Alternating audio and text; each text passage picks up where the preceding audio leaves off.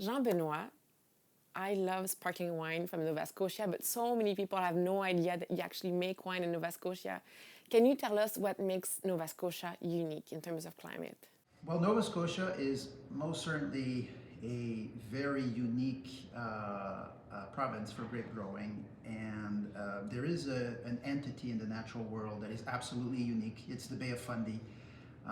It is the definition of a force to be reckoned with. It has the highest and strongest tides on the face of the planet. The water goes up and down about 18 meters a day, and there's more water going through the Bay of Fundy on a daily basis than all the freshwater rivers of the world combined.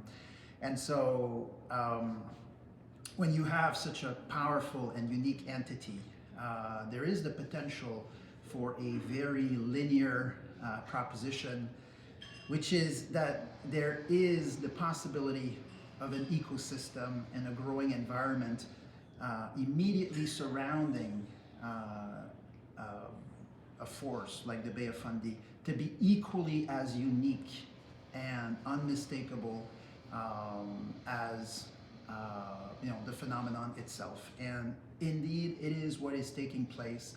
There is an ecosystem and growing parameters immediately surrounding the Bay of Fundy that cannot be found anywhere else on the planet, and that are extremely compatible and conducive to making bright, acidity-driven, sparkling wines, because we have this potential based on the moderating effect of the Bay of Fundy. As the tides go up and down, it pushes an incredible amount of moderated air. It acts as an air pump, and we are in the little valley called the Gaspro Valley at Benjamin Bridge that unfolds into the very, very end of the Bay of Fundy. So as this incredible amount of moderated air is displaced, it turns our valley into a corridor or a channel of moderation.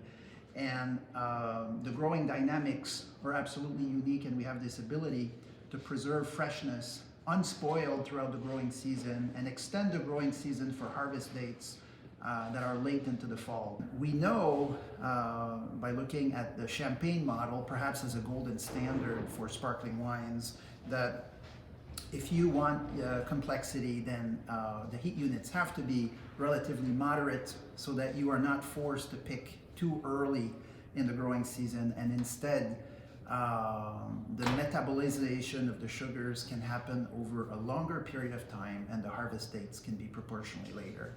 So if that is true, if there is merit in harvesting low sugar, high acidity fruit as late as possible in the growing season, then Nova Scotia presents an unbelievable advantage when it comes to the pursuit of the styles that will rely on high acidity and low sugar content, which traditional method sparkling would certainly be in that category.